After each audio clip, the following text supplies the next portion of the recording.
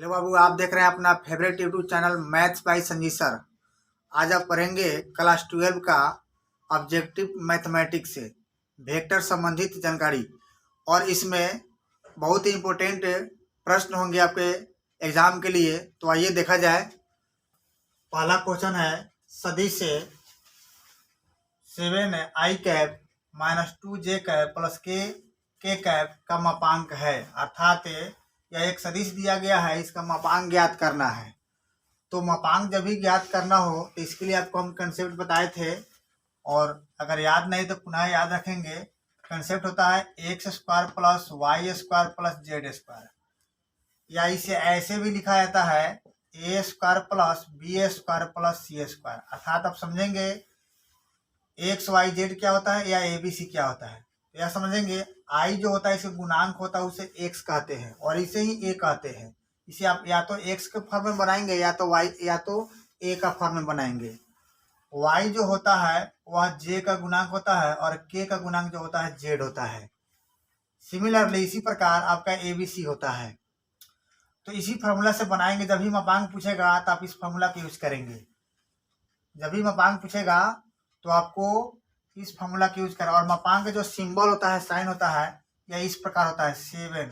मतलब मोड का जो चिन्ह होता है यही इसका क्या होता है, सिंबल होता है, चिन्ह होता है। जब भी मापांक पूछे तो इसका मतलब हुआ उसका मोड पूछ रहा है। तो इसका जो फॉर्मूला होता है बताया गया है x square plus y square plus z square. इस फॉर्मूला को याद रखेंगे, कोई भी मापांक आपका निकल जाएगा। तो क्या बताया गया है, एक्स क्या होगा, एक्स जो होगा आई के गुणांक होगा, वाई होगा जे का, और जेड होगा के का। तो यहाँ देखिए गुणांक कितना आई का 7 है, तो 7 के स्क्वायर हो जाएगा। प्लस वाई है तो वाई का मतलब हुआ आपका जे का गुणांक है, यह -2 हो गया, और प्लस हो गया जेड हुआ जो आपका के का गुणांक हुआ। आता है 1 है, कुछ भी नहीं तो यहाँ 1 सी पर आता है गुणांक में, तो 1 लिखेंगे, 1 का स्क्वायर। अब इसे हल करेंगे तो आपका आंसर चला आएगा।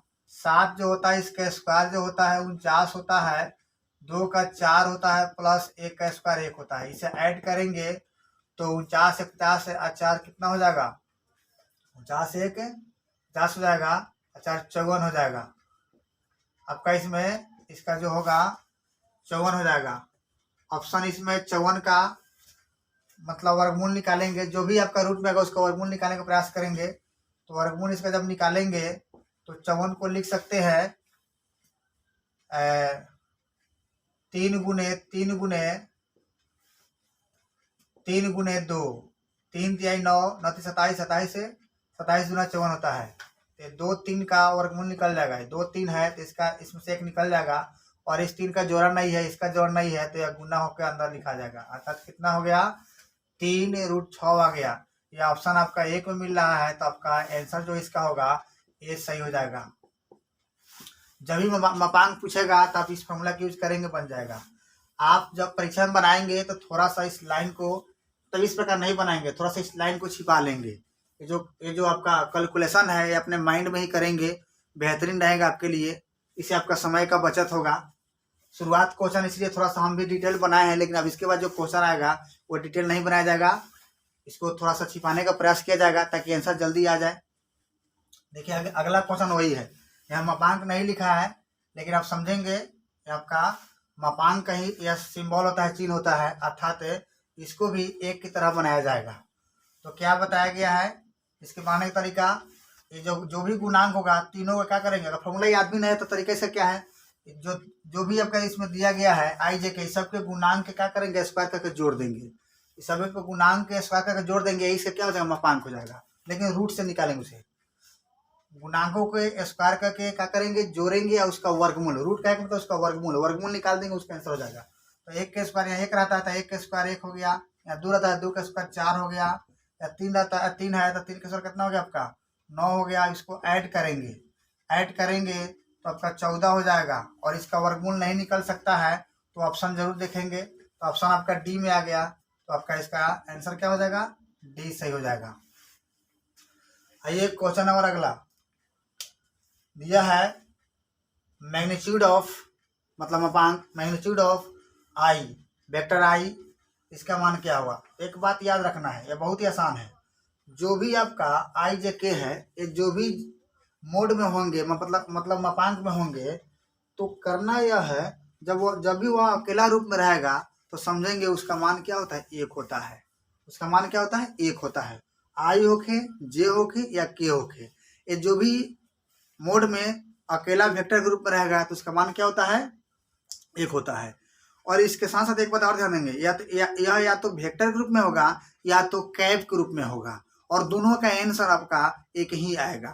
तो देखिए बाबू, यहाँ पर आई अकेला है, जे भी अकेला है, के भी अकेला। जब भी अकेला रहे मोड में तो इसका मान ऑलवेज क्या होगा, एक होगा।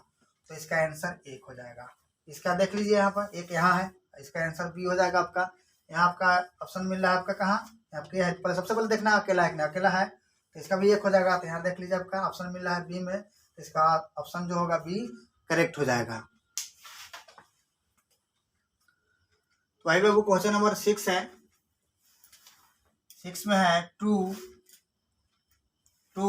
आई वेक्टर, यानी वेक्टर आई और मोड में है। तो अभी आप जाने हैं कि जब भी आई जे के जो भी अकेला रहेगा, इसके पहले हम बताए थे 5 नंबर क्वेश्चन था, 3 नंबर था, 4 नंबर, 5 नंबर था। वह जब भी अकेला रहेगा, अकेला करने का मतलब क्या हुआ, वह जे के साथ नहीं होगा। अगर आई होगा तो आई के साथ जे नहीं होगा, के ना होगा। और इसके साथ इसका मतलब एक और होता है, उसके गुणांक भी कुछ ना हो। कुछ ना कहे का मतलब एक गुणांक हो, मतलब उसका गुणांक अगर हो तो एक हो। इस बात को समझना है। यहाँ अकेलापन का मतलब हुआ कि आई हो तो उसके साथ ना जे हो ना के हो, और इसके साथ साथ यह भी समझिए उसका गुणांक कुछ भी ना होता, क्या हो, एक हो। इस स्थिति में उसका मान एक होगा। गुणांक वहां पर दिखाई नहीं दे, मतलब एक हो, तो इस स्थिति में क्या होगा, उसका मान एक होगा। लेकिन यहाँ पे देखिए गुणांक आपका 2 है। गुणांक जब आपका 2 होगा तो इस स्थिति में क्या होगा, इसका जो आंसर होगा, यह आपका जो गुणांक होगा वही उसका आंसर हो जाएगा। यहाँ देखिए, यहाँ पर गुणांक कितना है, 6 है, तो इसका आंसर 6 हो जाएगा। यहाँ गुणांक आपका 3 है, तो इसका आपका जो आंसर होगा वो आपका 3 हो जाएगा। याद रखना है। अगर यही पर यहाँ पर अगर मान ली जाए केवल आई होता, गुणांक कुछ भी नहीं, तो कितना कहेंगे, एक कहेंगे। यहाँ जे है, इसको बताए हैं, तो कितना होगा, एक। लेकिन इस बात को याद रखना है, गुणांक अगर होगा और वो अकेला होगा, आई जे के तीनों से कोई अकेला होगा और उसका गुणांक होगा, तो उसका गुणांक ही उसका क्या कहलाएगा, आंसर कहलाएगा। तो यहाँ 2 है तो 2 हो जाएगा, यहाँ 6 है तो 6 हो जाएगा, यहाँ पर 3 है तो 3 हो जाएगा। अभी होता कैसे है यह थोड़ा सा समझ लेंगे हम लोग। होता कैसे है, देखिए बाबू, हम इस प्रश्न को बनाए हैं, यहाँ पर थोड़ा सा समझा दे रहे हैं, आप समझ लेंगे। अगर भूल भी गए तो आप इस तरीका से निकाल सकते हैं। यहाँ पर है आपका 2i वेक्टर, 2 वेक्टर आई यह दिया गया है। अब यहाँ आई है तो थोड़ा देर अगर समझिए, आई है तो आप वेक्टर में क्या क्या यूज करते हैं, आई जे के यूज करते हैं। इसका मतलब है यहाँ पर आई है तो जे नहीं है, और कौन नहीं है, के नहीं है। जो नहीं है उसको क्या समझते हैं, जीरो समझते हैं। क्या समझते हैं, जीरो। के भी नहीं तो क्या समझेंगे, इसको जीरो समझेंगे। जो ना उसको क्या समझेंगे, जीरो समझेंगे। अब देखिए ये आपका क्या बन गया, एक प्रकार का मोड जैसा बन गया। इसके पहले हम लोग प्रश्न 1 और 2 ऐसा ही तो बनाए हैं। प्रश्न 1 और 2 कैसे बनाए हैं, जब इस तरह का था तो हम कथी कर रहे थे, इसके लिए एक्स स्क्वायर लिख रहे थे, वाई स्क्वायर लिख रहे थे और जेड स्क्वायर लिख रहे थे। तो देखिए बाबू, यहाँ पर एक्स क्या होता है, आई के गुणांक तो 2 का स्क्वायर, यहाँ जे के गुणांक 0 है तो 0 का स्क्वायर, के गुणांक कितना है, 0, 0 का स्क्वायर। अब यह 2 का स्क्वायर 4 हो गया, आई जोड़ेंगे तो कितना होगा, 0 जोड़ेंगे तो 4 हो जाएगा। 4 के वर्गमूल कितना हो गया, 2 आ गया। मतलब क्या समझे, कुल मिला क्या समझे कि हम लोग मोड वाला फॉर्मूला यूज किए हैं। मोड वाला फॉर्मूला यूज किए हैं, इससे यह आया है। तो इस फॉर्मूला को हम लोग इसमें यूज इसलिए नहीं किए हैं, मतलब इसको माइंड में यूज कर लिया गया है कि यह छोटा सा है, छोटा सा फॉर्म है, इसीलिए हम इस फॉर्मूला को नहीं किए। 12 सा फॉर्म होगा तो इसे यूज किया जा सकता था, इसलिए इसको यहाँ पर यूज ना किया है। लेकिन इसी मेथड से यह निकाला गया इसका मान। तो याद रखना है, यह जब आई जे के अकेला होगा, मतलब इससे कोई गुणांक नहीं होगा, अगर अकेला होगा तो उसका आंसर 1 होगा। लेकिन गुणांक होगा तो उसका आंसर क्या होगा, उसका आंसर जो गुणांक होगा वही उसका आंसर हो जाएगा। आइए क्वेश्चन नंबर एक और देखा जाए। यहाँ पर है, मान लीजिए वेक्टर ए है, वेक्टर ए है, इसका मान दिया गया है आई कैप प्लस 2 जे कैप प्लस 3 के कैप। और एक वेक्टर बी है जिसका मान दिया गया है 2i कैप 3j कैप और 4k कैप, इतना दिया है। अब इसमें पूछ दे वेक्टर ए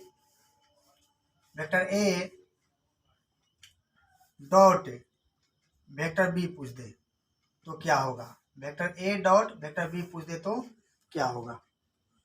तो देखिए बाबू, जब भी आपका डॉट पूछे, कालिस से संबंधित हम लोग बहुत सा प्रश्न को सोल्व किए थे, जानकारी लिए थे।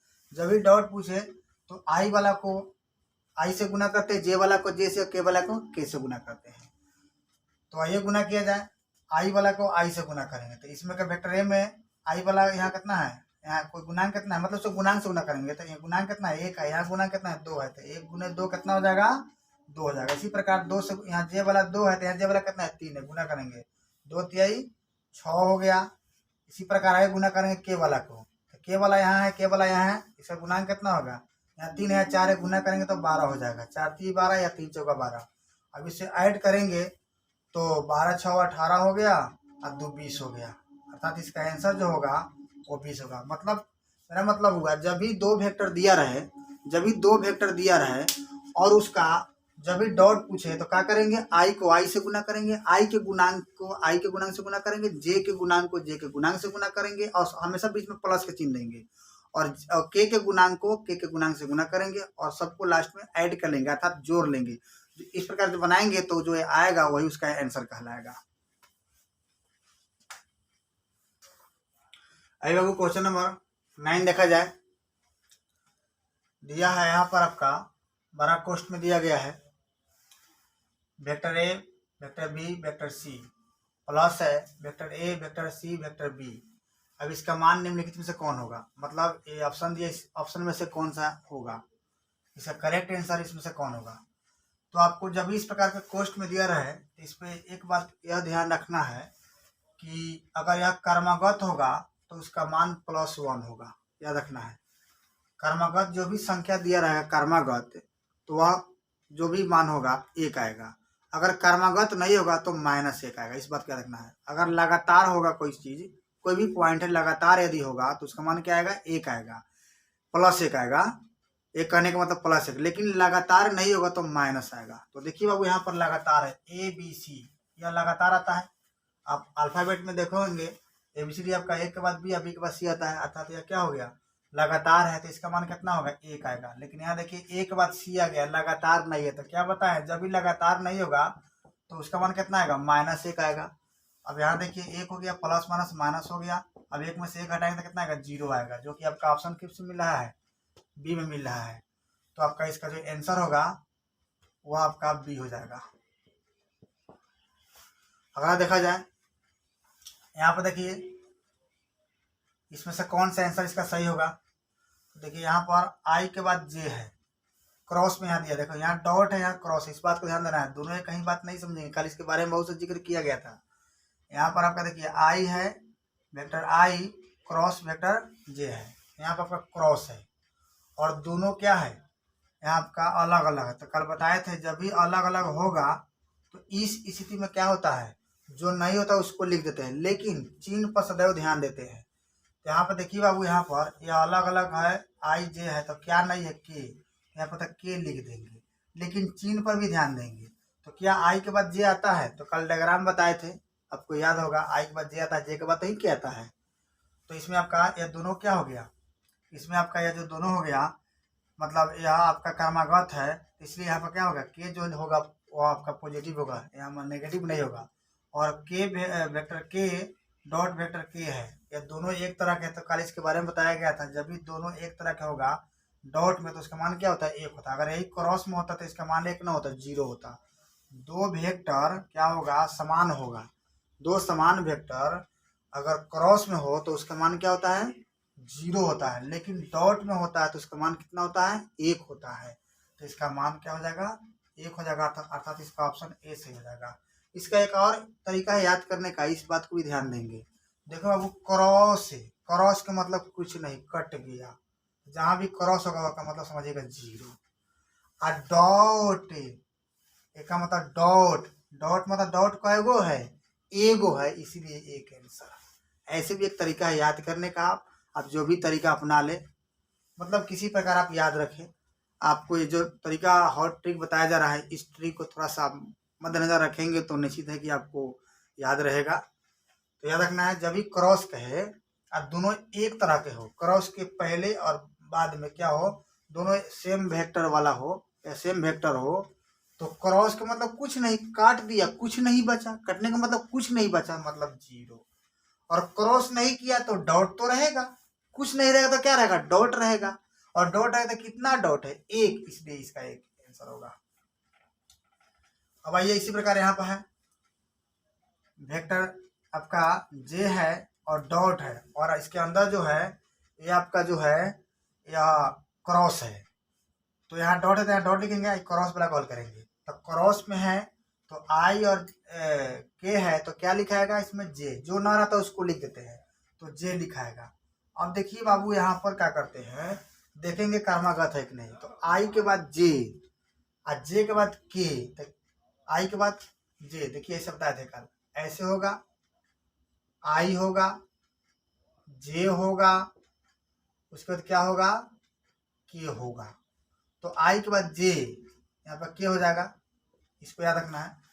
तो आई के बाद यहाँ के दिया है, आई के बाद जे, जे के बाद क्या होगा, के।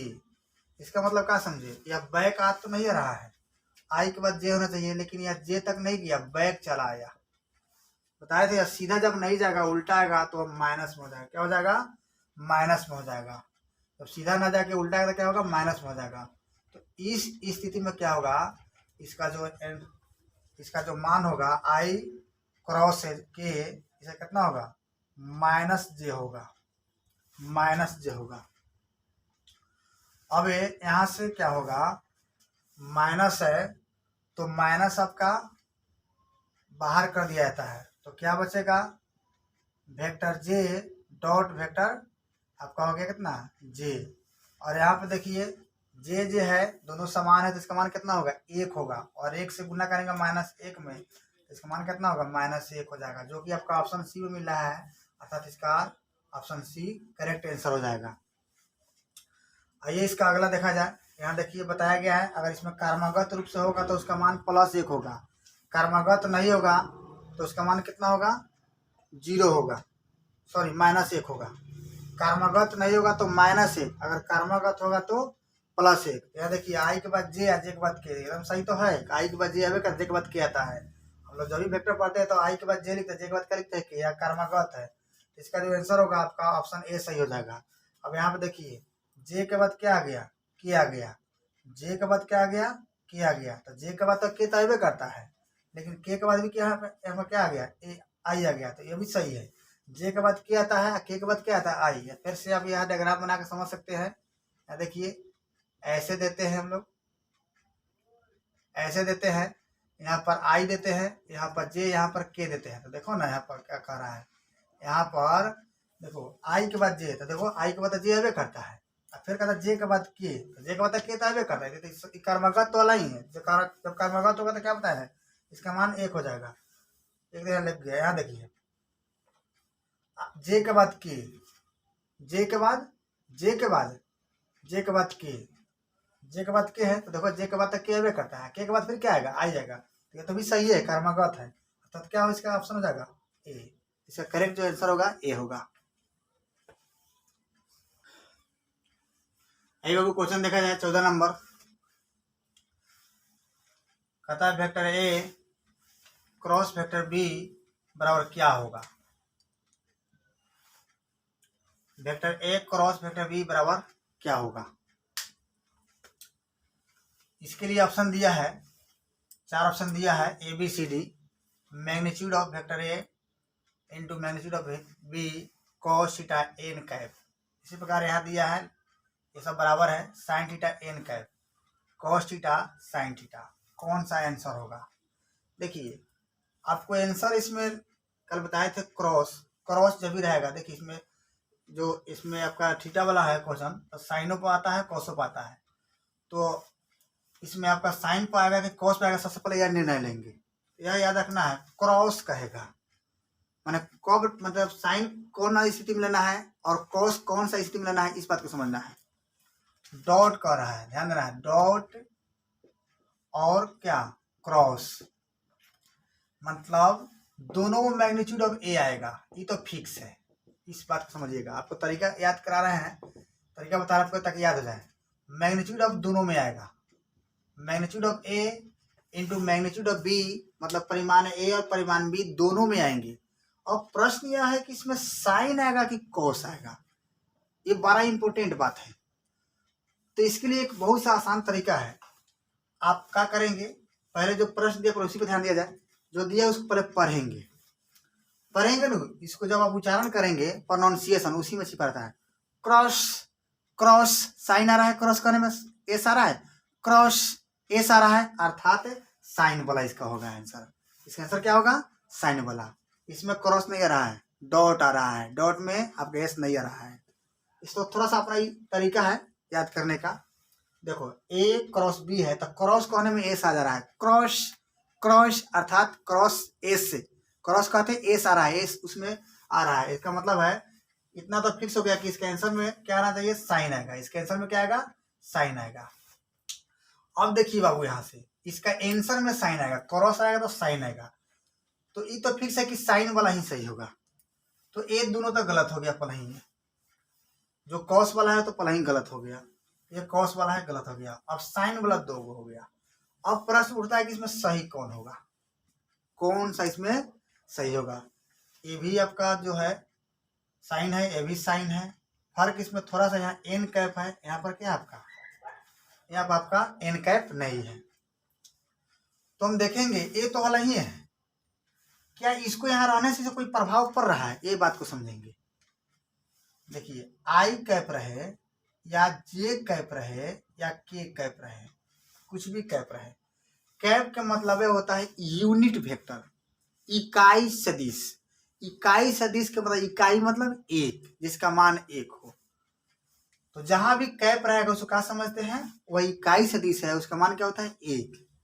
अब देखिए ये तो साइन थीटा वाला ही है, क्या यहाँ भी साइन थीटा है, तो क्या ये सही नहीं हो सकता है, सही हो सकता है। इस बात को ध्यान रखना है, इसको आने से इसको जब प्रभाव नहीं पड़ेगा तब सही होगा। अब बताओ क्या इसको आने से कोई प्रभाव पड़ेगा, एन कैप मतलब यहाँ कैप, देखो यहाँ कैप था तो इसका मान कितना होगा, एक, यहाँ भी इसका मान कितना होगा, एक, यहाँ भी मान कितना होगा, एक, क्योंकि कैप में है।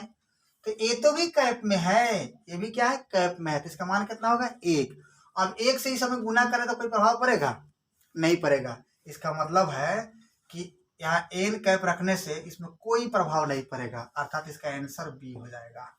आपको लगा होगा कि सर इसका आंसर डी होगा, लेकिन डी नहीं होगा। प्रभाव पड़ता तो जब आपका क्या होता है, डी होता है, लेकिन यहाँ प्रभाव कोई नहीं पड़ रहा है। एन कैप का मतलब एक होता है, और एक इसका मान रखेंगे तो आपका तो इतना आंसर चल ही जाएगा। तो मतलब यहाँ देखना है कि प्रभाव पड़ रहा है कि नहीं। तो एन को एन कैप रहने से कोई प्रभाव नहीं पड़ रहा है, इसका मतलब है यहाँ पर आपका जो प्रभाव नहीं पड़ रहा है, इसका मतलब इसका आंसर क्या हो जाएगा, बी हो जाएगा। आइए अगला क्वेश्चन देखा जाए। आई कैप मोड में दिया गया है, मतलब मापांक में दिया गया है, आई कैप, जे कैप, के कैप, और यहाँ मैग्नीट्यूड दिया गया है, मापांक दिया है। तो मापांक का फॉर्मूला क्या बताया है, जब भी मापांक में कुछ दिया रहे तो उनके जो भी आई जे के होता है उस सबके गुणांक जो होते हैं सबको वर्ग करके जोड़ देते हैं, उसका वर्गमूल निकाल लेते हैं। तो चलिए वर्ग किया जाए, एक है वर्ग किया जाए इसका, एक का वर्ग कितना होगा, एक, यहाँ भी एक रहता है, एक हो जाएगा, यहाँ भी एक रहता है तो एक हो जाएगा। इस सबको जोड़ेंगे तो कितना होगा, √3 हो जाएगा। √3 देख लीजिए, इसका वर्गमूल नहीं निकलेगा तो ऑप्शन में कहीं ना कहीं होगा, ऑप्शन आपका मिल गया डी में, तो डी इसका करेक्ट आंसर हो जाएगा। इसका करेक्ट आंसर क्या हो जाएगा, डी हो जाएगा। अब देखिए अगला क्वेश्चन है आपका, वेक्टर ए डॉट, उसके बाद है into vector A cross vector A. अब यहाँ देखिए बाबू, यहाँ पर दोनों सेम है। अभी बताएं, जब दोनों वेक्टर्स एक प्रकार का होगा, एक टाइप का होगा, सेम होगा, दोनों एक ही प्रकार के होंगे और क्रॉस होंगे, तो क्रॉस मतलब क्या होता है, क्रॉस कुछ नहीं मतलब जीरो, तो इसका मान कितना होगा, जीरो। और जीरो से ही सब में गुना करेंगे तो सब जीरो हो जाएगा, अर्थात मेरा मतलब हुआ इसका मान हो गया कितना, जीरो। तो यहाँ लिखेंगे जीरो अब 0 से कोई इसमें गुना करेंगे तो उसका मान कितना होगा 0, अर्थात इसका आंसर कितना हो गया 0। ऑप्शन किसे मिल गया डी में, तो इसका आंसर जो होगा करेक्ट वह डी हो जाएंगे। ऑप्शन इसका डी क्या हो जाएगा, सही हो जाएगा। आई बाबू क्वेश्चन नंबर 18 है। हम तो आपको वेक्टर पढ़ा रहे थे, लेकिन वेक्टर में ही आपको हम अवकल समीकरण बता रहे हैं। एक बच्चे कमेंट किए हैं कि सर थोड़ा सा अवकल समीकरण में दिक्कत हो रहा है, इसमें कोटि और घात बताने में। और ये बच्चे अभी हमसे जुड़े हुए हैं, तो इसका कमेंट हम अभी पढ़ पाए हैं। सबका कमेंट नहीं पढ़ते हैं, नहीं किसी किसी को पढ़ लेते हैं, तो सोचे हैं इस प्रॉब्लम को दूर कर दिया जाए। एक अवकल समीकरण दिया गया है, ये आप नहीं समझेंगे कि वेक्टर में ही पढ़ना है, ये आपका अलग है।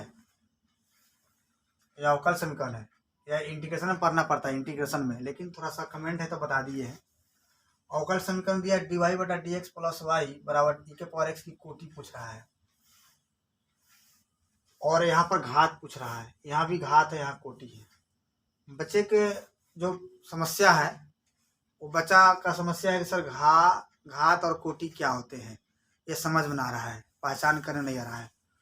इसलिए मुख्य रूप से घात और कोटि पर प्रश्न दिए हैं। तो याद रखना है, हम जब भी इसमें क्या करते हैं, कोटि या घात निकालते हैं तो डीसी पर ध्यान देते हैं, डिफ्रेंशिएशन। डिफ्रेंशिएशन को आप जानते होंगे dy बटा dx कहते हैं, dy बटा dx कहते हैं। इसी पर आपको ध्यान देना है। अब देखिए बाबू, इसमें dy बटा dx पर ध्यान देना है, तो इसमें क्या होता है, कोटि क्या होगा, घात क्या होगा, इस बात को बढ़िया सुनेंगे आप। dy बटा dx पर ही, मतलब इसी को हम लोग क्या कहते हैं, इसी को हम लोग डिफ्रेंशिएशन कहते हैं, और इसी डिफ्रेंशिएशन के द्वारा ही आपका कोटि या घात की पहचान की जाती है। तो आप क्या करेंगे, जितना बार आप मतलब डीसी करेंगे, डिफ्रेंशिएशन करेंगे, वह उसकी कोटि कहलाएगा। इस बात को दिमाग में रखना है। आप कोई भी समीकरण दिया है या कोई फलन दिया है, और उस फलन को आप क्या करेंगे, जितना बार डीसी करेंगे, जैसे मान लिया जाए कोई फलन दिया है और उसको हम एक बार डीसी कर दिए, उसको अगर एक बार डीसी कर दिए तो उसका कोटि कितना हो गया, 1 हो गया। 2 बार डीसी कर दिए तो 2 हो गया। 3 बार अगर उसका डीसी कर दिए तो कोटि कितना हो जाएगा, 3 हो जाएगा। मतलब जितना बार आप उसका अवकल डीसी करेंगे, मतलब एक से सापेक्ष अवकलन बनाएंगे, और उसी क्या कहलाएगा, कोटि कहलाएगा।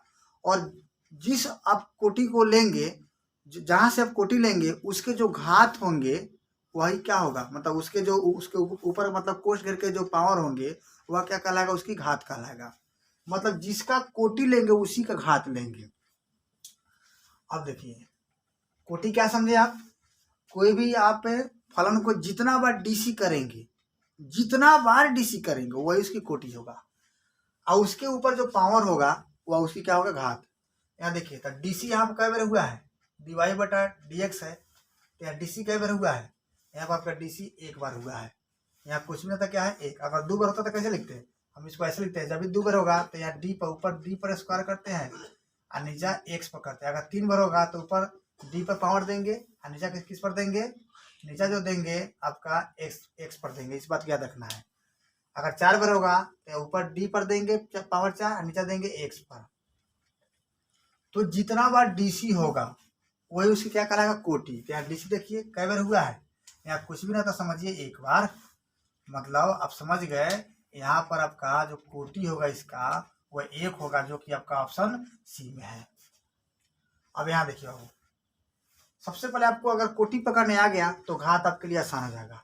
यहाँ देखिए, अगर आपसे यहाँ पूछा जाए कि यहाँ पर कोटि क्या होगा, तो क्या बताया गया है, जितना बार डीसी होगा, और सबसे अधिकतम डीसी लेते हैं। यहाँ देखो, यहाँ भी डीसी है, यहाँ भी डीसी है, लेकिन यहाँ कुछ भी नहीं है तो 1 है। कई सारे यहाँ 4 है, वो तो बाहर है कोष्ठ घेर के। यहाँ डी पर पावर देखना आपको, डी पर जितना होगा उतना ही बार उसका डीसी होगा। यहाँ डी पर कुछ भी नहीं था, कितना है, 1 है, 1 है, अर्थात इसकी यहाँ जो है, यहाँ पर आपका डीसी एक बार हुआ, लेकिन यहाँ कितना 2 बार हुआ है। तो आपको जब भी 1 से अधिक डीसी मिले, मतलब dy बटा dx अगर आपका 2 या 2 से अधिक रहे, तो आप देखेंगे उसमें कौन अधिक बार डीसी हुआ है। यहाँ 1 बार हुआ है, यहाँ 2 बार हुआ है, मतलब कोटि इसका लेंगे। तो जिसका कोटि लेंगे उसी के घात लेते हैं, जिसका कोटि लेते हैं उसी घात लेते हैं। तो यहाँ आपका कोटि कितना हो जाएगा, 2। ऐसे घात कितना है, तो कोष्ठ घेरा हुआ है, यहाँ कुछ भी पावर नहीं था, कितना है, 1 है, अर्थात इसकी घात कितना हो जाएगा, 1 हो जाएगा, जो कि आपका ऑप्शन बी में है। तो बी आंसर इसका हो जाएगा। यहाँ देखिए, यहाँ भी घात पूछता है, तो आपको घात निकालने का तरीका बताए हैं, तरीका यह बताया है, जिसकी कोटि उसकी घात, जिसकी कोटि उसकी घात। कोटि क्या, जो अधिक बार डीसी हो। यहाँ पे डीसी है, यहाँ पे डीसी है, देखो यहाँ एक बार, कुछ भी नहीं करना है, एक बार, यहाँ कितना है 2 बार, अर्थात है यहाँ पर डीसी 2 बार हुआ, तो जो अधिकतम डीसी होगा उसी का कोटि, तो यहाँ कोटि कितना हो जाएगा 2 हो जाएगा। लेकिन कोटि नहीं पूछता है, तो जिसका कोटि लेंगे उसी घात, तो इस कोटि हम इसको ले रहे हैं, इसका घात कितना है 3, तो आपका जो ऑप्शन होगा वो डी हो जाएगा। सही। यहाँ पे देखिए अवकल समीकरण दिया गया है, और यहाँ पे देखिए कहता है कोटि क्या होगा, तो कोटि मतलब क्या होता है, जितना बार आप डीसी करें। यहाँ डीसी क्या बार हुआ है, डीसी एक बार हुआ है, अर्थात इसका कोटि क्या होगा 1। अगर डीसी 2 बार होगा तो कोटि क्या होगा 2, डीसी 3 बार होगा तो कोटि क्या होगा 3 होगा। तो डीसी क्या बार हुआ है, एक बार हुआ है, तो इसका आपका जो कोटि होगा वह कोटि 1 हो जाएगा, जो कि ऑप्शन बी सही है। अगर इसका घात पूछा जाता तो जिसकी हम कोटि लेते हैं उसी घात लेते हैं, तो कोटि इसका लिए थे, घात कितना है 2, तो यहाँ घात 2 लिख, लेकिन घात नहीं पूछा है, इसलिए आपका जो पूछ रहा है उसके अनुसार आंसर आपका क्या हो जाएगा, ऑप्शन बी सही हो जाएगा। अरे बाबू क्वेश्चन 22 देखा जाए, अवकल समीकरण दिया गया है dy बटा dx से प्लस 4y बराबर 2x की कोटि कहता है। यह एक अवकल समीकरण है, इसकी कोटि पूछ रहा है कौन होगा, ये निम्नलिखित में से कौन सा होगा। तो कोटि क्या बताया है, कोई भी फलन का जितना डीसी होगा वह उसका कोटि कहलाएगा, और जहाँ से कोटि लेंगे उसी का जो पावर होगा वही घात होगा। तो देखिए यहाँ डीसी कई बार हुआ है, एक बार, मतलब इसका ऑप्शन जो बी होगा वह सही आंसर होगा। यहाँ देखिए अवकल समीकरण दिया गया है और इसका घात पूछता है, तो घात आपको उसी को लेना है जिसका कोटि लेना है, मतलब जिसका कोटि अधिक हो उसी का घात लेना है, जिसकी कोटि अधिक हो उसी घात, मतलब जहाँ से कोटि लेंगे उसी का जो पावर होगा वो घात लेंगे। तो यहाँ सबसे पहले हम लोग कोटि का सेलेक्ट करेंगे, तो कोटि मतलब जो अधिक बार डीसी हुआ है, तो देखिए यहाँ डीसी एक बार हुआ इसको नहीं लेंगे, यहाँ डीसी 2 बार हुआ इसको लेंगे, तो इसका जो कोटि होगा 2 होगा। लेकिन जहाँ से कोटि लेते हैं ओकरे मतलब ऊपर पावर होगा वही घात होगा, तो इसके ऊपर पावर कितना है 2 है, अर्थात इसकी जो घात होगा ये आपका 2 होगा, ऑप्शन सी सही हो जाएगा इसका ऑप्शन। यहाँ देखिए अवकल समीकरण दिया गया है डी स्क्वायर वाई बटा डी एक्स स्क्वायर का whole cube plus D Y बटा डी एक्स से प्लस साइन डी वाई बटा डी एक्स प्लस 1 की घात होगा। तो सबसे पहले कोटि देखना है, कोटि क्या होगा। अगर कोटि कहा जाए तो कोटि का मतलब अधिक बार डीसी, जितना अधिक बार डीसी होगा वह उसकी क्या होगा कोटि होगा। तो कोटि कितना हो जाएगा, अधिक यहाँ भी आपका देखिए डीसी है, यहाँ भी डीसी है, यहाँ भी डीसी है, तो यहाँ पर देखिए यहाँ पर आपका जो डीसी है सबसे अधिक बार हुआ है, अर्थात इसका कोटि कितना हो जाएगा 2 हो जाएगा। लेकिन यहाँ कोटि नहीं पूछता है, घात पूछता है। तो यहाँ पर जो होगा आपका घात आपके माइंड में चलता होगा कि सर जिसकी कोटि उसकी घात, मतलब जिसकी लाठी उसकी भैंस, ये आपके माइंड में चलता होगा और आपको लगता होगा कि सर इतना काहे आप मतलब देर कर रहे हैं आंसर मारने में, इसका तो ए मारिए ना आंसर हो जाएगा। लेकिन हम कहना चाहते हैं कि इसका ए आंसर नहीं होगा। घात तो कहता है लेकिन फिर भी 3 तो आपके अनुसार होना चाहिए, मेरे अनुसार भी होना चाहिए, लेकिन फिर भी हम इसे कह रहे हैं यह नहीं होगा। अब यह क्या गड़बड़ हो गया ये समझेंगे। जब भी आपका त्रिकोणमिति वाला चले आए डी वाई बटा डी एक्स के साथ, तो इस स्थिति में उसका कोटि संभव होता है, लेकिन जो घात होता है वह संभव नहीं होता है। हमेशा उसका जो घात होता है वह अपरिभाषित होता है, मतलब परिभाषित नहीं होता है। इसलिए इसका आंसर क्या हो जाएगा, डी हो जाएगा। देखिए फिर समझिएगा, आपको जब भी त्रिकोणमिति वाला चले आए और त्रिकोणमिति का थीटा अगर डी वाई बटा डी एक्स हो जाए, या त्रिकोणमिति वाला जब भी चले आए, जब भी अवकल समीकरण में त्रिकोणमिति वाला चले आएगा और उसके साथ डी वाई बटा डी एक्स हो, किसके साथ, त्रिकोणमिति वाला के साथ डी वाई बटा डी एक्स हो, तो इस स्थिति में वैसा समीकरण का कोटि संभव होता है, मतलब उसको कोटि ज्ञात कर सकते हैं लेकिन घात ज्ञात नहीं कर सकते हैं। उसका हमेशा घात क्या होगा, अपरिभाषित होगा, मतलब परिभाषित नहीं होगा। तो यही तो आपका ऑप्शन डी है, इसलिए आपका क्या हो गया, आपका घात क्या हो गया, अपरिभाषित। तो अपरिभाषित आपका ऑप्शन डी मिला है, इसलिए इसका करेक्ट आंसर डी हो जाएगा। अब देखना है आपका यहाँ पर, हाँ यह 3 कब होता है, जब यह त्रिकोणमिति ना होता तब। 25 नंबर क्वेश्चन है, अवकल समीकरण दिया गया है डी स्क्वायर वाई बटा D X square plus X D Y बटा डी एक्स का होल स्क्वायर बराबर एक्स की पावर 4 की कोटि। यहाँ देखो यहाँ त्रिकोणमिति नहीं है, हालांकि कोटि का है तो आपको त्रिकोणमिति नहीं देखना है, घात कहे तो त्रिकोणमिति पर ध्यान देना है। जब भी घात कहे तो जरूर देखना है त्रिकोणमिति उसमें है कि नहीं, मतलब साइन थीटा कॉस थीटा ऐसा है कि नहीं। अगर वह होगा तो घात कभी नहीं हो सकता है, हमेशा अपरिभाषित। लेकिन जब कोटि की बात करें तो वह त्रिकोणमिति होके या न होके सबका कोटि ज्ञात होता है।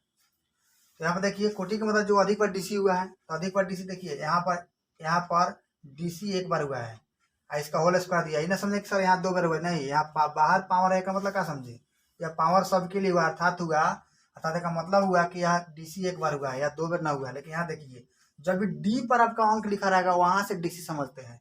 यहाँ डी पर कुछ भी ना है, ऊपर वाई के साथ जो डी होगा उस पर यहाँ देखिए, वहां देखिएगा आप घात है। तो यहाँ वाई के साथ डी है, यहाँ पर कुछ भी घात ना है तो एक बार डीसी हुआ है। यहाँ देखिए वाई के साथ डी है, यहाँ कितना बार हुआ है, 2 है, अर्थात यहाँ पर डीसी 2 बार हुआ है। तो जितना डीसी उसकी उतना ही घात होगा। तो घात कितना हो जाएगा इसका, आपका घात नहीं, कोटि कहता है, तो कोटि कितना हो जाएगा, जितना डीसी उसका उतना ही कोटि होगा, न की घात, जितना डीसी उसका उतना ही कोटि। तो आपका डीसी 2 बार हुआ है तो इसकी कोटि कितना हो जाएगा, 2 हो जाएगा। अर्थात इसका ऑप्शन जो हो जाएगा वो आपका 20 सही हो जाएगा। अगर इसका कोटि, अगर इसे घात पूछता तो आप यहाँ पर थोड़ा सा समझिए, कोष्ठ घेर के अगर लिखा जाए तो कुछ भी नहीं था, क्या है, 1 है, तो यहाँ 1 होता है इसका। जहाँ पर कोष्ठ घेर ना लिखा जाता है वहां पर हम लोग क्या समझते हैं, 1 समझते हैं। क्या समझते हैं, 1। तो वहां पर अगर यहाँ पर घात पूछा था तो 1 होता। तो आज की पढ़ाई यहीं तक, फिर अगला जो क्वेश्चन होगा कल हम आपके साथ फिर आएंगे अगला क्वेश्चन लेके, और कल भी बहुत इंपॉर्टेंट क्वेश्चन होंगे। तो आप इसी प्रकार मतलब वीडियो को देखते रहें और शेयर करते रहें। निश्चित है कि आपको शेयर करने से आपको क्या होगा कि आपका अपना प्रैक्टिस होगा और इसका नतीजा होगा कि आपका रिजल्ट बहुत ही बेहतरीन आ जाएगा। इसलिए आप हमेशा वीडियो जब भी बने तो आप हमेशा वीडियो देखें, और किसी प्रकार का दिक्कत हो तो आप कमेंट जरूर करें। आपको निश्चित है कि आपकी जो भी समस्या होगा उस समस्या को दूर किया जाएगा, आपकी समस्या को जो होगा उसको सोल्व किया जाएगा। तो बाबू वीडियो यदि अच्छा लगे तो लाइक करें, शेयर करें, सब्सक्राइब करें। धन्यवाद।